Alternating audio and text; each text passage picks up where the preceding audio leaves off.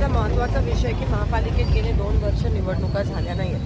तसंच आहे, तिकडे लोकप्रतिनिधी नसल्यामुळे तिकडे दबाव अभावी थोडासा हलगर्जीपणा दिसून येतो महानगरपालिकेच्या पूर्ण कार्यात. आणि त्यामुळे काय झाले, सोलापुरात जे मेच्या पहिल्या आठवड्यात सगळे नाले साफसफाई आपण करत असतो. दरवर्षीचा हा नियम आहे की पाऊस तसं बघितलं तर सप्टेंबर महिन्यात येतो, पण काही 5 वर्षापासून लवकर येतो. तर मे महिन्यात ही नाले साफसफाई झाली पाहिजे.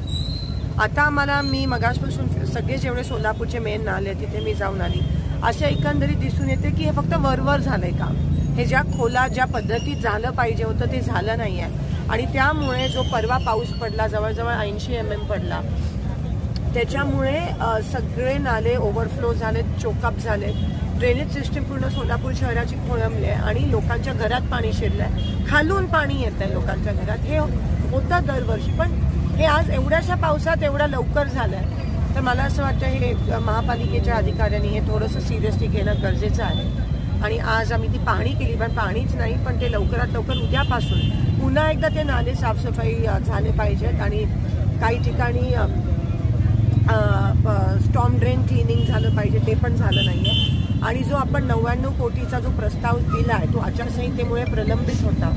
आता मी UD सेक्रेटरीना फोन करून तो लवकरात लवकर प्रस्ताव, जे आपले नाले आहेत तिकडे बाजूला भिंत बांधून त्याचं चांगलं अजून थोडंसं रिफर्बिश करून, म्हणजे जे आपली लोक जी नाल्यात कचरा गाद्या पण टाकतात ते कुठेतरी पण आपले पण मला असं वाटतं जबाबदारी आहे. आपण पण त्याच्यात लक्ष देणं महत्त्वाचं आहे. काही ठिकाणी गाद्या, काही ठिकाणी बिच्छाने सगळं टाकलं आहे, ते त्याच्यामुळे पण चोकाप होतं आहे. तर ते थांबवण्यासाठी आता जी 99 कोटीची निधी मागितली ती ताबडतोब मिळाली पाहिजे. त्यासाठी मी प्रयत्न करून UD सेक्रेटरींशी पण बोलणार आहे.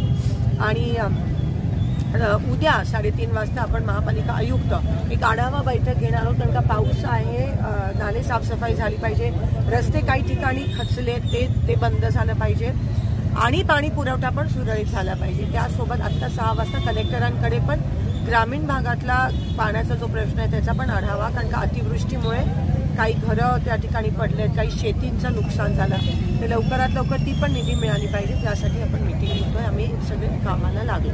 आपत्कालीन व्यवस्थापना आपल्याला दिसत नाही. अनेकांचे फोन महापालिकेला पुन्हा करायचं, जिल्हा प्रशासनाला संपर्क पुन्हा करायचं, कुठलीच यंत्रणा जाहीर केलेली नाही आहे. त्यामुळे देखील नागरिकांची तारांबळ होती. नाही, 100% जसं मी म्हणाली थोडासा हलगर्जीपणा दिसतोय. कारण का निवडणुका नसल्यामुळे कोणाचा दबाव त्या ठिकाणी आता GB होत असतं, महापौर असतात, एवढे नगरसेवक असतात. आता काही नाही आहे, सगळं आरामात चाललंय.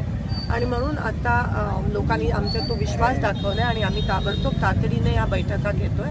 आणि मी प्रशासनाकडून आशा बाळगते की त्यांनी लवकरात लवकर लोकांसाठी 24 तास आता कामाला लागून जी अडचण आहे ती दूर करा.